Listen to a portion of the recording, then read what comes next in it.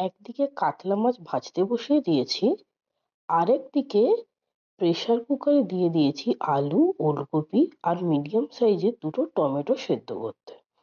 ২-৩টে city দিলে আমাদের সেদ্ধ রেডি। মাছগুলো ওইদিকে ভাজা হয়ে গেছে। ভাজা মাছ তুলে সেই তেলেই প্রথমে দিয়ে দেবো কালো জিরে ফোড়ন। তারপর একটা মিডিয়াম সাইজের পেঁয়াজ কুচি আর দুটো কাঁচা লঙ্কা চিড়ে দিয়ে দিলাম।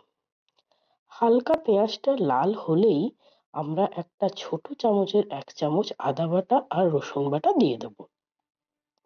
একটু নেড়ে নেব যাতে এই কাঁচা গন্ধটা চলে যায়। এরপরে আমরা প্রেসার কুকার খুলে যে দুটো টমেটো সিদ্ধ করতে দিয়েছি সেই দুটো টমেটো এইবারে দিয়ে দেব কড়াইয়ের মধ্যে। টমেটোগুলোকে ভালো করে নেড়ে চেড়ে আমরা মশলাটা রেডি করে নেব।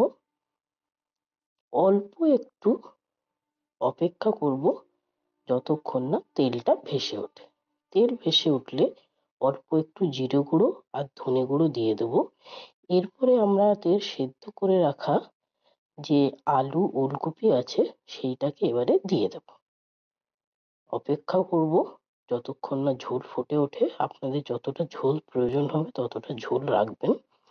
এরপরে আমরা দিয়ে দেবো ধনেপাতা কুচি। মাছ ভাজাটা দেওয়ার পর আর ঝোলটাকে বেশি ফোটাবেন না, সেই জন্য আগেই ধনেপাতা কুচিগুলো দিয়ে দেবেন। এরপরে ভাজা মাছগুলো আমরা ঝোলের মধ্যে দিয়ে দেবো। অল্প একটু নেড়ে চেড়ে দিলেই আমাদের কিন্তু মাছের ঝোল রেডি।